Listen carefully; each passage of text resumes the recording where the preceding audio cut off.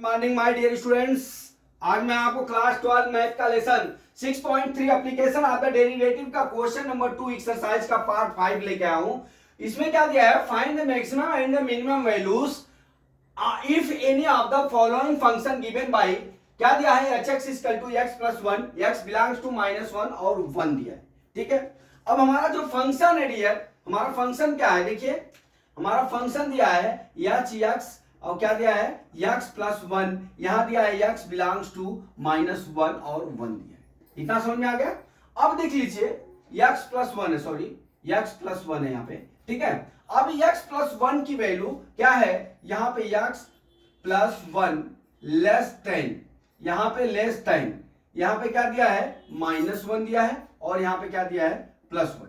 अब इसके बीच में, ठीक है, तो हमारा जो x की वैल्यू x की जो वैल्यू है वो -1 और 1 के बीच की है। अब हम क्या कर देते हैं, इन फंक्शन में हम +1 को क्या कर लेते हैं, तीनों में ऐड कर लेते हैं। तो यहां पे क्या हो जाएगा, +1 हो जाएगा, यहां पे भी +1 हो जाएगा। नीचे करता हूं, आपको टॉपिक समझ में आए। ठीक है, -1 यहां पे less than x less than 1 हो जाएगा, इक्वल टू नहीं होगा। ठीक है, तो यहां पे +1 कर दिया, यहां पे भी +1 कर दिया, यहां पे भी +1 कर दिया। यहां पे क्या हो जाएगा, यहां -1 से हो गया 0, x प्लस 1 हो गया, यहां पे लेस देन कितना हो गया 2।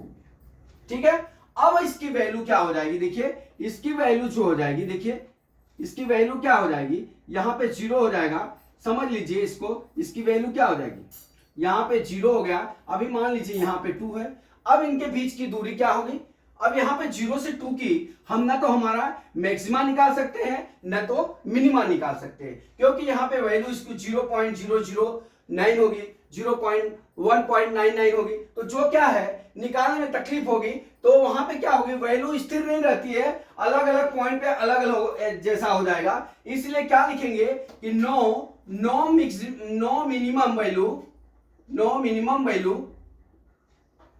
वैल्यू और क्या लिखेंगे, नो मैक्सिमम वैल्यू।